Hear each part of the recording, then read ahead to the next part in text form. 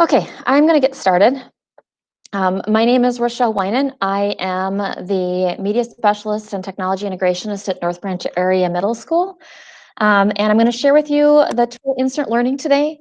Insert Learning is a great tool, especially if you're looking at a distance learning type scenario. I think it would answer a few frustrations, and I think it would also give you some other opportunities to make things more interactive when you're working with students with online websites.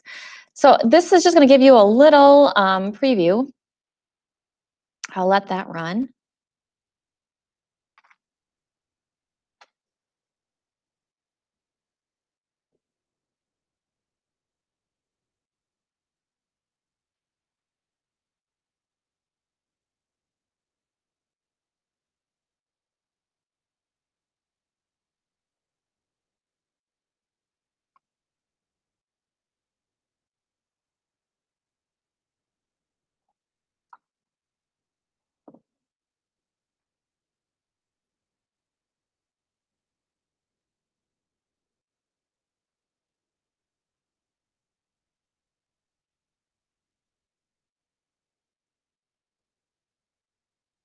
Is there no sound? All right. So apparently the sound isn't playing. I'm going to skip that, move on. Thank you, moderator, for letting me know. I can hear it, you all can't.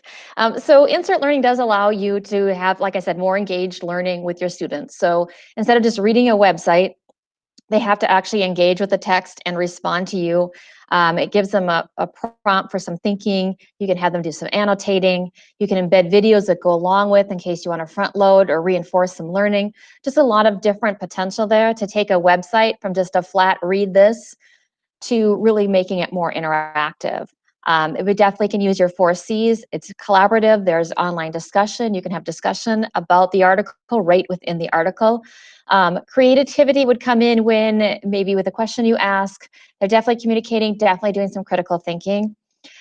For distance learning, I know a lot of teachers created like a worksheet online and gave that out as a Google Doc or a Google slide.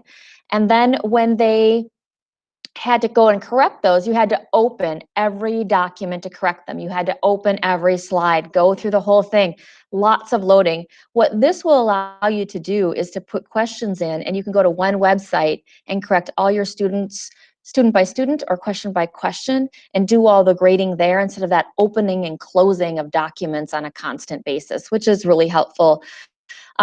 And the other problem we ran into, because we have middle school students and because they are who they are, we noticed about the last few weeks of distance learning, they realized that if we gave them a Google Doc to complete and turn back to us, they could make a copy, give that to their friend. Their friend could make a copy, make it theirs, turn it in. So we had a lot of that in the last few weeks, and they kind of hit that burnout, and we're looking for a way around the work. And so this way, you don't have that Google Doc question and answer where students could just be sharing that document with each other. So they still could potentially copy paste questions, but at least it's not quite so easy for them to do. They'd have to put a little bit more time and effort to it, and that's kind of what middle school students like to avoid. So yes, but then I can't do it to my tab, so I can't. I know I'm not full screen, but I can't see my tabs if I do that, and I'm going to bounce around. This presentation is available in the Sched, so if you want to click on the link and have that, it is definitely there for you, but I can't go full screen and bounce on my tabs, so I'm going to demo some things for you. So Insert Learning only works in Chrome. It's set up with an extension. So you'll notice that I have an extension right here that's IL Insert Learning. So that's something, I have a link here in my presentation. If you go to my presentation on the Sched and open it, you can click here and then install that extension. So then you'll have this IL for Insert Learning right up here in your extensions. You can see I have a fetish with extensions. That is probably way too many, but I love them. So here is my Insert Learning one. I'm also providing you with some resources from Insert Learning as well. So let's just go ahead and see how this works. So let's imagine that I'm doing a lesson on the first moon landing, and I found an article that I really want my kids to read, but I would like them to interact with the text a little bit more than just a flat reading project. So that's where Insert Learning comes in. So I found this website and I'm going to click on this Insert Learning extension on my computer now that I've installed it. And you'll see over here on the left, I have some tools now. And so that will allow me to make some modifications or add some things to make this website more interactive. So just to kind of go through what's here, the IL is where I go to assign this to students. This does integrate with Google Classroom, or you can set up your classes, and I will show you that later on. I can highlight text to bring their attention to something. I can insert a sticky note, which gives me a little box. I can type in that. I can put a video in that or anything with an embed code. So if you're used to using embed codes, you may find them like in an Edpuzzle. Edpuzzle has an embed code that I could put my Edpuzzle right into this website. I could use anything with an embed code. So I'm thinking Flipgrid or any of those things that you could do that with. You can put those on a sticky note. I can ask a question of students. They are open-ended questions. They will need to be graded by you. This isn't self-grading, so know that going in. And they have a great bank of questions I'll show you in a minute. I also can insert a discussion. So that means any students with access to this can contribute to that discussion.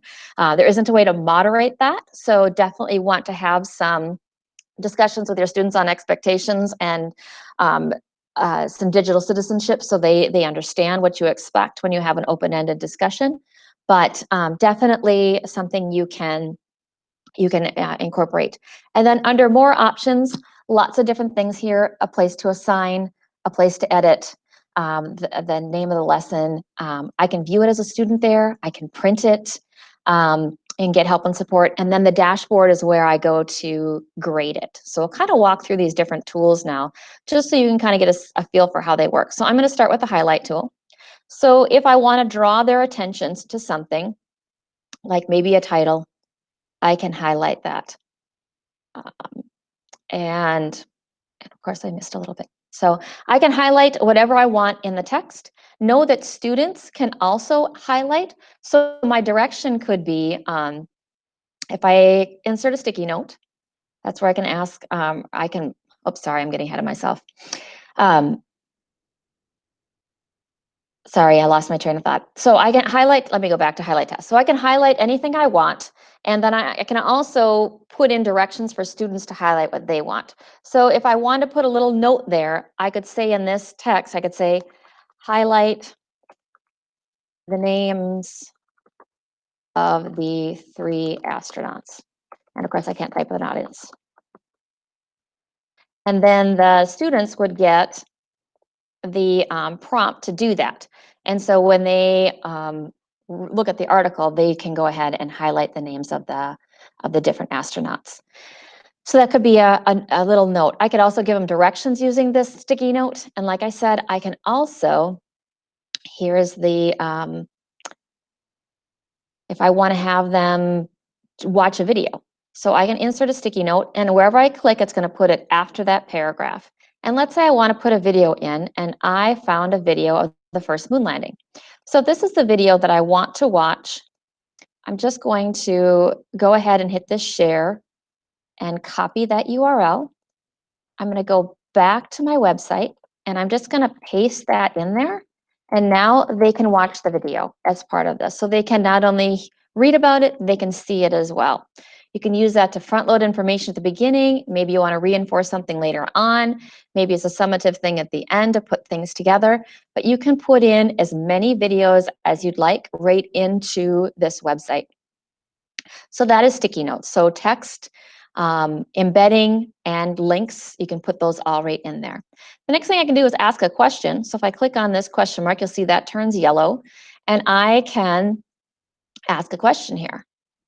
Now they're open-ended questions, and so I can click here and they have a whole bunch of STEM questions for me, some proposed questions, and I can choose one of those or I can type my own. So lots of ideas here, or I can type a question.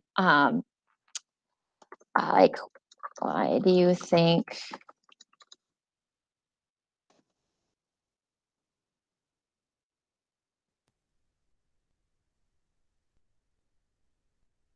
okay?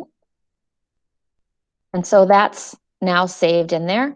And right here, I can view the responses here if I'm on the website, but I'll also show you where you can view those later. So I can go through this whole article and I can continue to ask questions and add things to this article. I'm going to add one more question here, probably further up, just because I'm going to share this with you in a little bit. Okay, so there I've added questions. Again, I can do that as many times as I'd like. Any questions, Sherry, that I need to? Okay, so I can do that as many times as I'd like, and then I can go ahead and share that out with my students. Before I do that, I'm just going to let you view it as a student, just so you can see what they see. So when the students go in, and you can see I can resume to teacher view, they have two tools. They can highlight and they can insert a sticky note. So they can answer questions or add annotations and highlight. So if you're thinking about main idea or topic sentences or supporting details and you want them to go through and find those things in an article, you could definitely go do that. But they just see the directions here in my sticky note to highlight 3 astronauts, so they can grab the highlighting tool and do that. Here they see a question they need to answer in the text. They see a video they need to watch. So they can work their way through that and they see all those different things. So that's what the students will see. And again, to do that, I just go under more options and view as a student, and I can see what they see. So you always have that opportunity to kind of get to know or get to preview it from their lens before sharing it out. Can a student change the highlight color to different from the teacher's yellow highlight to differentiate? I don't believe so. I think it's just yellow. I don't think they. Yeah. I don't believe that they can change from any color other than yellow. So someone asked, can they change the color of the highlighting tool? I believe it's just yellow would be the only option. If someone knows of a different way, I have never seen anything other than yellow. So you can't, that I'm aware of, change that color. Okay. So now I'm going to assign that out. And here's where, if you are a Google Classroom user, you can go ahead and choose from your classes right out of Google Classroom. So that makes it really easy for you to share. If you use Microsoft Teams, I don't know of many schools in the area that do, but that is an option. Otherwise, I can give them a link. So if I want to add my Google Classroom classes, I would just click on this, and then it'll just ask you to kind of authenticate in here and allow, as all things do the first time you use it. Then I can choose which class I want, and I can choose more than one. If you prefer to use a link, if you're a Schoology user, a Seesaw user, you might want to just give them a link. So I can click here, and that copies a link to the clipboard. You will have to have them join your class in order to do that. And I'll show you that in a second here when I get to those details. So that's setting up Insert Learning. You can also use it with a Google Doc. It doesn't work with slides or sheets. So if I wanted them to do this with a Google Doc, let's say I have my lab safety rules and I want them to kind of interact with the text so they know that they understand it. With any Google Doc, if I go to File and I publish to the web, it'll give me a link here that I can use to go to a website that will make my website or make my document. I'm going to copy that. A website, and then I can use Insert Learning. Notice that it's checked to automatically republish when changes are made. If you want it to automatically update the website, check that box. If you want it to stay stagnant and not, then do not check that box. So I'm going to go to another tab for that. Oh, it did not copy paste the way I wanted it to. Let me go back. Let me go back to my doc. I am going to Control-C to copy again and paste. Now I've got it. So now when you look at this Google Doc, you can see that the tools for Google Doc are gone, and this is now a web page. And if I click this Insert Learning tab, I can now go ahead and use these same tools on this page. So if I had a little demo video of my lab rules, or if I just wanted to ask follow-up questions or give them a scenario question or whatever I wanted to do just to make the rules more interactive, make that learning a little bit more interactive so I knew that they were understanding my expectations, I could add any of that in here. So works the same with the Google Doc once you've gone ahead and published that to the web. Okay, so those directions again are in my presentation. So go ahead and grab that and use that to kind of remind yourself later. So setting up classes. When I'm in my web page, I can do it one of two ways. I can click here and I can go to the dashboard, or I can just go to insertlearning.com and that will take me to what's called my dashboard. And this is where my lessons live once I create them. Know that with the free version, you can only have 5 lessons. You can assign them to as many classes as you want, but you can only have 5 kind of in your queue here. You would have to pay to get more than just the 5. But most teachers can work with just the 5. They don't take long to build, so they just tend to trash them when they're old and rebuild them each year. But if that's something you don't want to do, then you would have to pay for that. So here's where my different ones live. Here's where I can assign that out again from here, delete them, put them in folders, all of that. With 5, I have never really used the folders, but if you wanted to, you certainly could. And that bounced me right out. Okay. So those are my lessons. That's where I see those there. I can start a new lesson from here if I'd like. Grades is where I can do my grading, but I'm going to skip that for a second and go to classes. So here's where my classes are. So I can click new class and create a class. And if I have, again, Google Classroom, I can go ahead and import all my kids. Just know that if you get a new student to add to your Google Classroom, you may need to manually add them. That doesn't update when you add new students. So if a new student moves in and you've got a new insert learning assignment, then they weren't in the class when you imported them. They aren't going to be in that class. You either have to re-import the class or add that student manually. Not a big deal to do manually. So all I do is type in a name here. I'm just going to put ECMEC and create. So now I have an ECMEC class. And just like any other thing, you have the kids go to insertlearning.com and they can go ahead and enter that code. So right here is the website you have them go to, and this would be my class code. And again, to see that, I just clicked on these little binoculars here, and that gave me a larger looking code for them to join. So that's where my classes live. I can have as many classes as I'd like. Name them whatever you like, or use it through Google Classroom. When I go to grade things, I choose which class I want, or I can go all classes. And then I can choose which lesson I want. So if I wanted my moon landing, here are my questions. And then I can go ahead and score this. I can look at all the questions at once, or I can choose one question at a time and look at all those.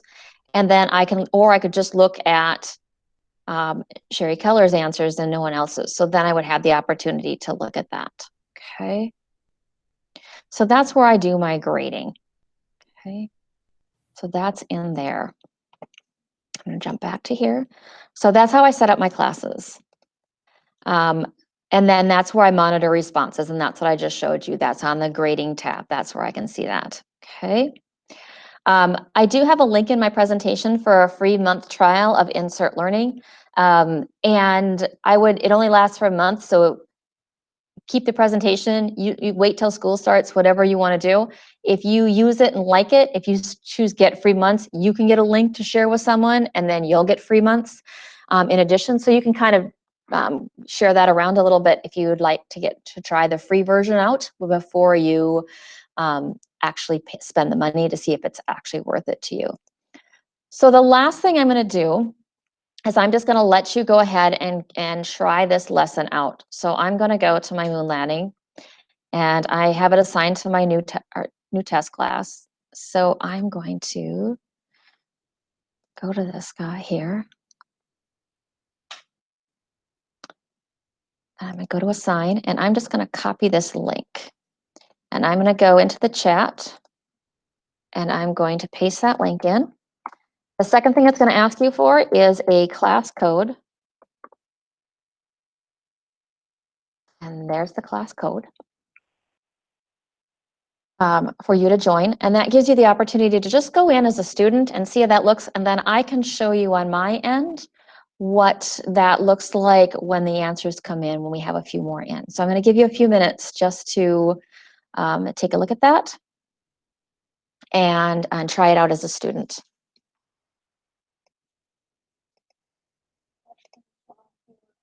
Okay. And I answered them on the side. Do they have to enter the code if we import the students, or only if they're having them manually join the class? Yep. Yeah. So the question was, do I have to enter the code if we import students? No, if you import them from Google Classroom, you won't have to do that. But if you are setting up your classes and want them to join manually, then you're going to need that class code. And does each student have to download the insert learning extension? I don't believe the students do not need the extension. Yeah, they do they? Okay, I'm sorry. I'm wrong. So yes, they will need to do that. I didn't think they did, but yeah, they will need the extension. And I'm not sure if they don't have it, if it will kind of force it or suggest it. Otherwise, they can use that link. And I will put the link. Let me put that in the chat as well. Let me pull that link for you.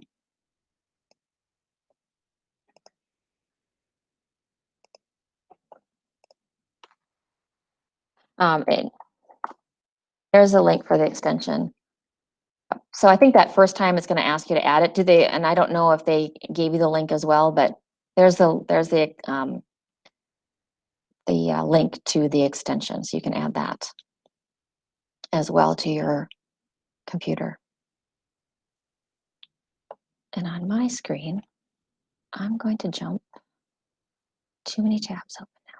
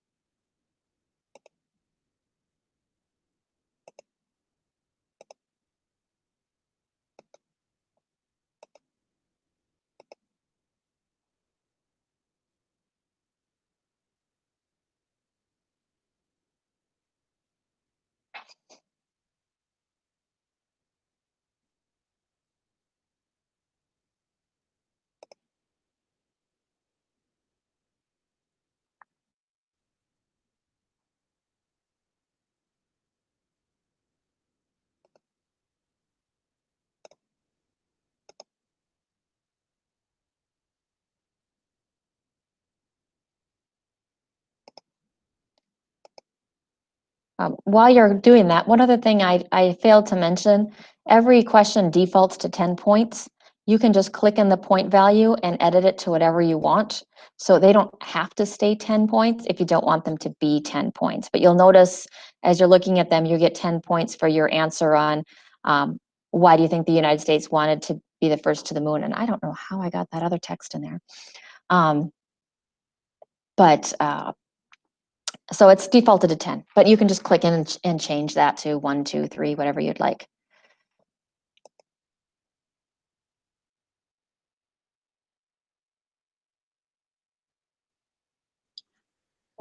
Only 5 points, Rachelle. That hurts. Cheese, Keller, for real.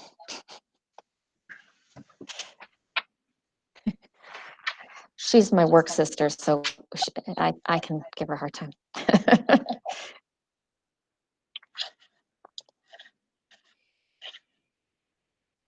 There's a lot of good cheese up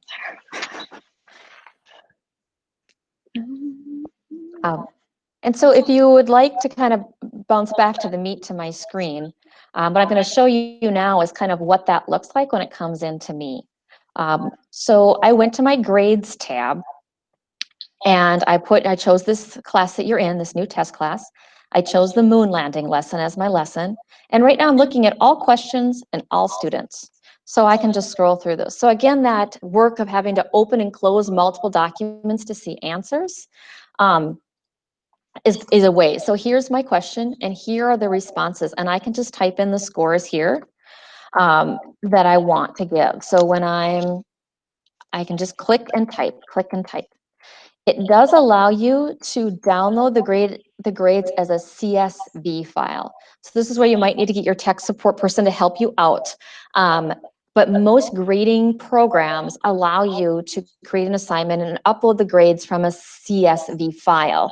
So that's the only way to get your grades from here into your grading program without having to do it manually. But there is an option here. It's just a little technical. And if you're not comfortable with that, hopefully there's an integrationist or tech support person who can help you figure that out. It is fairly easy. Once you learn the process, it's just basically a download from one system and upload into your grading system. So just know that that's here so that you wouldn't have to manually move all the grades over. So then I can either scroll through this way, and here I see all of your answers here. And if I want to, I can just choose to do one question at a time. That's less overwhelming. Or if you prefer, you can do one student at a time. So if I just want to see one student, I can just grade Sherry's assignments here first and see all of her responses. So I can do it either way. It's just kind of a personal preference, or maybe depending on how many questions you have, how much scrolling you want to do. You can really do it whichever way works for you. But here with all questions and all students, I can see all of them at once. But if you'd rather focus on one question at a time, you can certainly do that. So I would have to go through and manually score everything that the students do here. And then I could export that when I'm done, okay? So that is all there for me to see. Um, I think I'm going to go back to my presentation, make sure I didn't miss anything, okay? So that's setting up classes. That's how they look when you're done. I'm going to look to Sherry Keller to see if you guys have any other questions.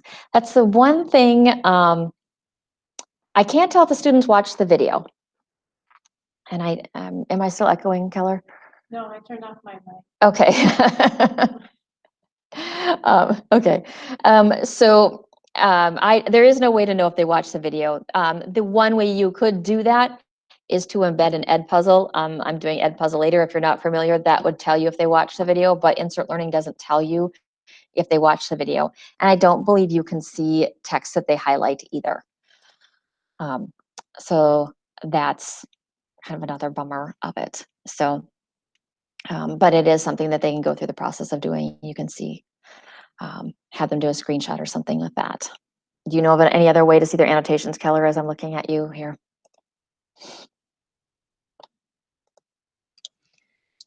I'm afraid to unmute now because of the echo. Then I have to mute. So just know that that's something that you can't see as well or grade. So that's there. If I find out I'm wrong, I will add that to the presentation here. If you can see the highlights. I don't think you can. So with that, like I said to Keller when we started, yes, Jeremy, I've used Edgy before too. So if you want some different features, Edgy's fairly similar to Insert Learning. No, go ahead. What about using it with your own created Google Docs and your own created Google Slides? It doesn't work with slides, but yeah. So you could also use it with your Google Docs that would have some different options as well. So yeah, if you want something similar and just to compare and contrast, kind of like quizzes and Kahoot, there's Edgy and there's Insert Learning, both pretty similar products. They just do a little bit different things. So that's an option as well. Okay, so with that, I think I'm going to let you go unless you have other questions for me. Let you go ahead and try that out for the next few minutes while we've got time, so you can kind of play with that a little bit. I'll stay here in case you have questions. You're welcome to stay. You're welcome to leave, whatever break you need, and I will stick around in case you have questions. Thanks, guys.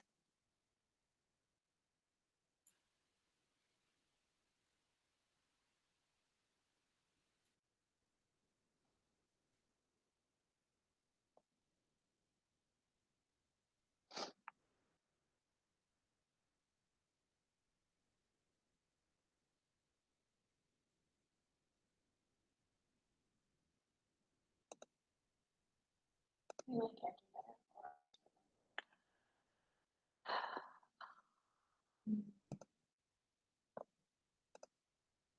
Just the out here. I'm also going to share the link to my presentation in the chat.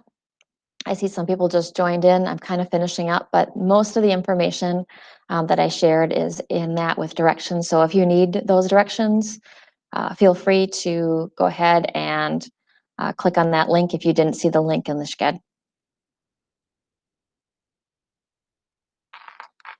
I was gonna just ask, have you tried using this with a website that you have to log into? I have not. Yeah, I haven't tried it with a website that I have to log into. I don't know if anyone else who is in the room that maybe has tried that. I haven't. I'm thinking like databases and things that could be really great with a database or some of those types of articles.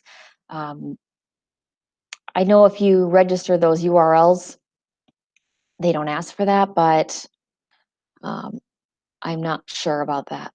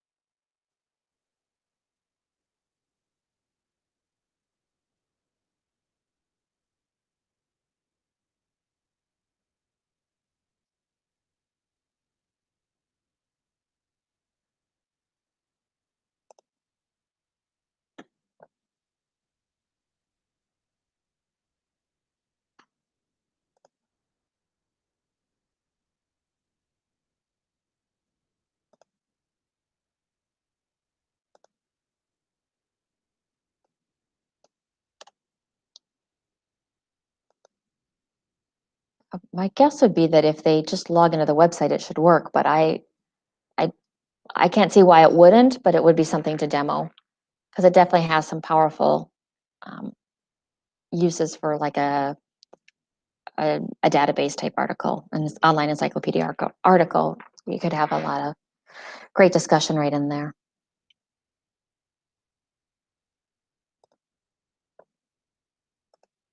It looks like you can look at their minutes. I just don't have. Okay, because Keller and I are looking into the annotation one as well, like their highlights. Through the actual insert coordinating site online, your teacher dashboard. Okay, sure.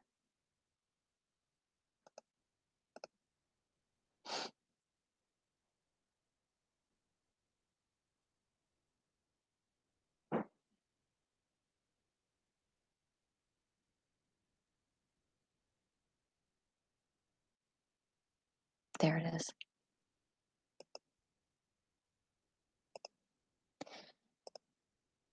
All right, those of you still here, I figured out the annotations. So I'm going to go back and go ahead and share my screen. So if I'm back, I have to go back to the actual website that I have my editing is on. And up here in the upper left corner, I can click View Student Annotations. So then I can go through and choose a student, and I can go through and see anything that she annotated. See if I can get one that did. Nita. So here's Nita's. She went ahead and highlighted that text. So I can see mine's kind of this color, hers is a little bit different, but I can click up here and I can see her annotations. So know that that is here. You just have to go back to the website itself to see them. They don't show up on the actual dashboard. So when I go to the dashboard and I look at, no, not that. Sorry, grades and moon landing. So here I don't see the annotations. Okay, so that's not there. That's something I'd have to do separately. But when I go to the website and click on this guy in the upper left corner, then I can choose to see their annotations that way. So if I want to see their annotations, I just choose a student. I'd have to go through student by student to see their annotations. So know that that is a possibility. I'm learning with you. I forgot to show that one. Forgot how that worked. So, so yeah, so that is there.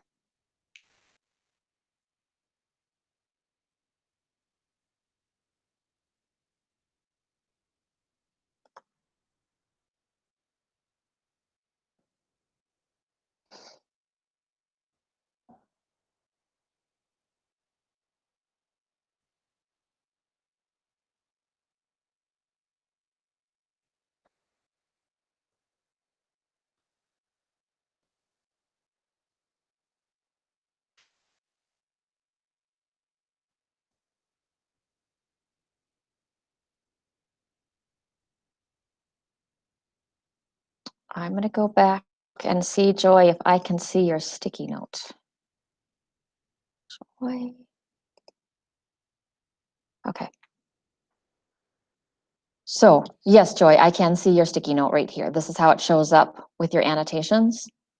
And yeah, and I just put 3 men because I know there are 3 and I didn't even look that third astronaut wasn't mentioned in the first paragraph. So, but yes, I can see your sticky notes in the annotations. When I'm back here clicking on this, I can see them. That kind of seemed like a sticky situation, Rachelle. And Jeremy laughs because he knows Keller. So again, let me present that to you so that you can see that. So here's Joy. She did some highlighting. And then she also added a sticky note. So that's how I can see her sticky notes as well. So I can see her highlights and I can see her little notice here to me as well. So that's where I see annotations and I see their sticky notes. So if they're not answering a question or discussion question, then that's how you see those. So that's again clicking on this little icon up here in the upper left corner, and then I can see their responses, their highlights, and their sticky notes that way. And then I would have to go back here to my grading page to answer any open-ended questions or discussion questions.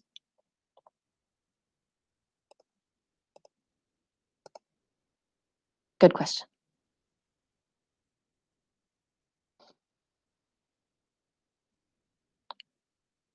All right, with that, I'm going to sign off and let you guys have a little break here before your 11 o'clock sessions. Thanks for joining me. Have a great day.